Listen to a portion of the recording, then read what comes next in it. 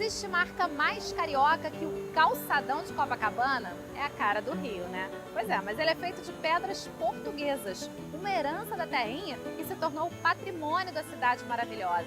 Merece ter sua história contada. A ideia de contá-la surgiu depois que eu fiz uma visitinha a Lisboa.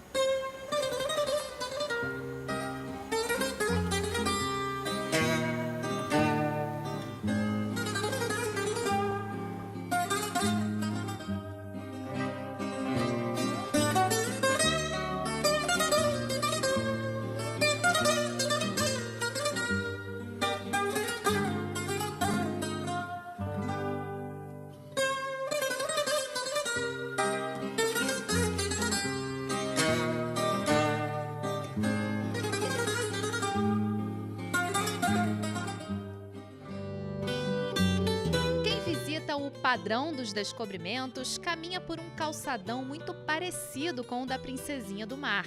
Ele também é marca registrada da Praça Dom Pedro IV, no bairro do Rocio. Dom Pedro IV é ninguém menos que o nosso Dom Pedro I. As pedras portuguesas chegaram ao Rio de Janeiro no início do século XX, durante a reforma urbanística comandada pelo prefeito Pereira Passos. O Sidney Menezes é arquiteto e urbanista e vai aprofundar mais essa história pra gente, né, Sidney? Que tal a gente fazer isso tomando uma aguinha de coco ali no quiosque? Prazer. Então vamos lá. Só na orla de Copacabana são 4.150 metros de calçamento. Em 1906, uma ressaca destruiu parte dele, mas tudo foi reconstruído. No século XIX, em Portugal, começou-se a experimentar esse tipo de revestimento para as calçadas. Então você vê que realmente tem muito tempo que começou a história das pedras portuguesas. E como é que elas chegaram aqui no Brasil? Não foi no Rio que elas chegaram primeiro?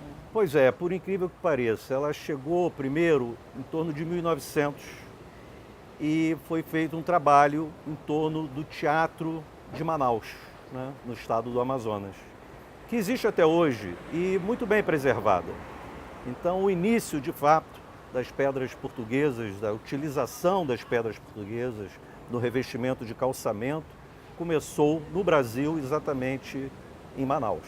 Agora elas ficaram com esse nome, Pedras Portuguesas, mas não foram exatamente os portugueses que começaram essa história também, né? Vem um pouquinho antes. Elas ganharam esse título, vamos dizer assim, ou essa qualificação, exatamente por eles terem desenvolvido, né? Porque são pedras, são calcários, pretos, brancos, depois foram evoluindo para outras cores, né?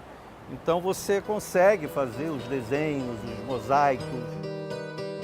Apesar dos desenhos portugueses terem inspiração barroca, a técnica do calçamento é mais antiga do que imaginávamos. Recentes escavações arqueológicas encontraram pisos mesopotâmios e do Império Romano que já utilizavam um mosaico de pedras. Agora aqui no Rio, elas foram ficando um pouco a cara do Rio, né? Você vê que em alguns bairros, como Vila Isabel, por exemplo, a gente tem as claves musicais, então a gente meio que se apropriou, né, dessa riqueza.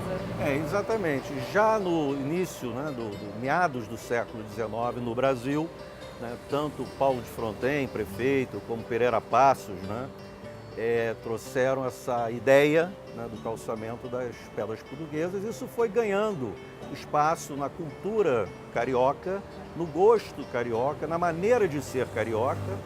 E hoje muita gente acha que, inclusive, as pedras portuguesas são originárias e caracterizadas, vamos dizer, como uma questão cultural do Rio de Janeiro. E não deixa de ser, né, apesar de ter vindo de Portugal. Elas estão virando um pouco vilãs, porque, por exemplo, já teve gente querendo proibir pedra portuguesa, já teve governo substituindo pedra portuguesa por cimento. Por que acontece isso? Por que as pessoas às vezes ficam com raiva delas? Esse é um ponto importante que você tocou para que as pessoas tenham de fato conhecimento. A pedra portuguesa ela é de fácil aplicação, né? Exatamente por serem pedras irregulares, você consegue dentro de um traçado fazer aquela composição dos desenhos e dos mosaicos. Lá em Portugal é feito assim. E no Rio de Janeiro, na segunda metade do século XIX para cá, também era feito assim. Mas é preciso que se tenha uma mão de obra especializada, que são os calceteiros. A nossa profissão aqui ela é bem limitada, os calceteiros profissionais mesmo da profissão são bem limitados, porque é tipo assim, vai passando de pai para filhos, né? Comecei no Calçadão da Barra em 1991 e no começo foi difícil, porque aqui a gente não tem uma escola para isso e a gente aprende na prática, né? E daí, com muita luta, conseguimos chegar onde chegamos aí, fazer essas calçadas no Rio de Janeiro. Essa mão de obra ela foi se perdendo. Então hoje praticamente ela não existe. Passou-se a ser utilizada qualquer mão de obra para desenvolvimento da aplicação do revestimento de pedra portuguesa. E aí não deu certo.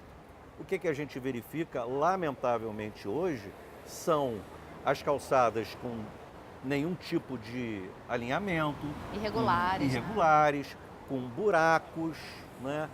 Às vezes os próprios desenhos originais interrompidos, descaracterizados, completamente diferente de Portugal, de Lisboa, do Porto e outras cidades portuguesas, que você tem a sensação daquilo ser quase que um tapete, de tão bem feita que é a execução do serviço.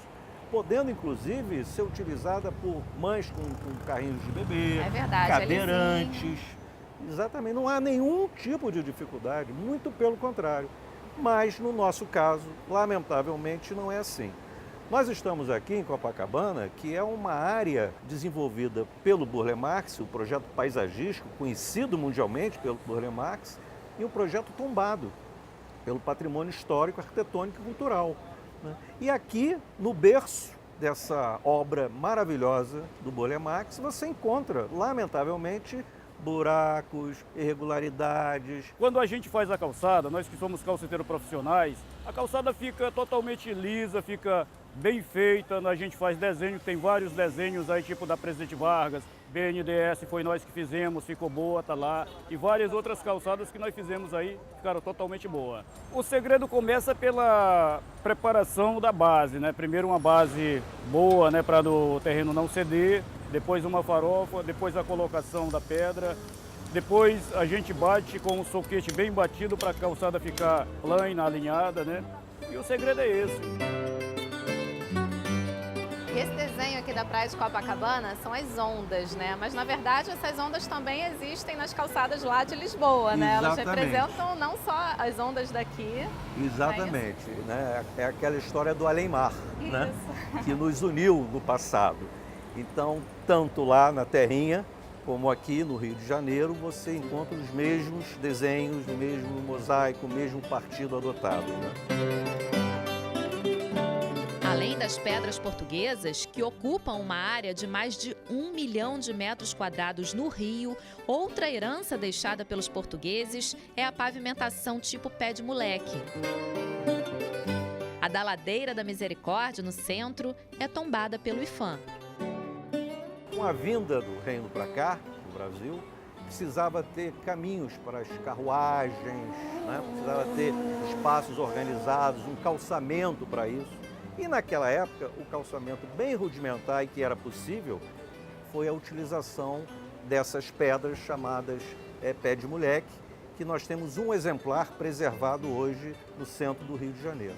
Evidente, você tem a lógica da construção urbana nossa aqui no Brasil, é a lógica exatamente oriunda de Portugal, né, por conta da colonização. E ainda hoje, na modernidade, no mundo atual, você encontra essas semelhanças. E às vezes elas se confundem e você não sabe o que veio primeiro. Então essa mistura da cultura, que acaba se tornando uma cultura única, uma cultura quase que universal, ela rompe as fronteiras físicas, é que eu acho que é o grande barato que a gente pode proporcionar na junção Portugal-Brasil, em particular Rio de Janeiro. É por isso que quando a gente vai lá, a gente se sente um pouquinho em casa. A gente se sente bastante em casa por conta disso. Muito obrigada. Imagina. Adorei saber toda a história das pedras portuguesas e vamos torcer para a população olhar para elas com bons olhos, né? Não como vilãs, mas como uma preservação da nossa história. Certamente. Eu que agradeço a entrevista e vamos brindar com uma aguinha de coco. As pedras portuguesas. Isso.